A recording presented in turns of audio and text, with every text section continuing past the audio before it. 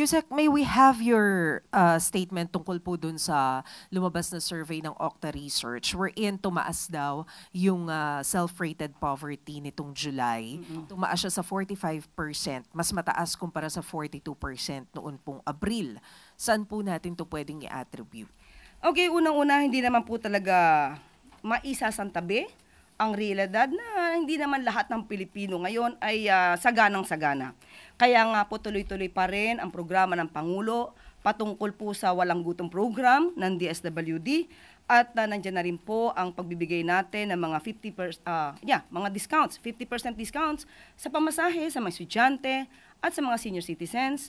At nandiyan na rin po ang pagbibigay natin ng murang presyo para sa bigas para mas marami pong mga Pilipino ang makabili at makayanan, no, ang pagbili ng kanilang mga pagkain.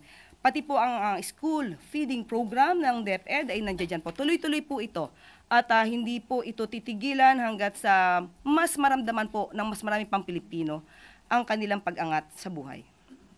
Pero Yusek, sa dami po nitong mga programang ito, saan po kaya nagkukulang? Bakit hindi pa rin po nararamdaman ng iba?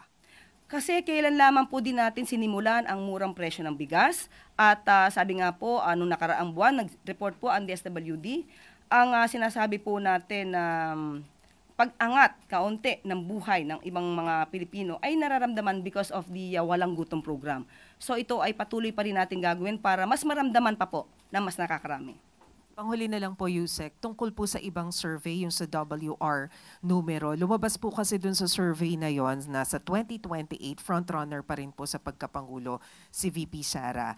And kapag tiningnan po natin yung mga nasa top, mukhang wala pong kaalyado si PBBM dun sa mga frontrunners. Ano po yung take ninyo dito, ma'am? Ibig sabihin niyan po ay ang Pangulo po ay concentrated sa kanyang pagtatrabaho para maibigay ang nararapat sa taong bayan.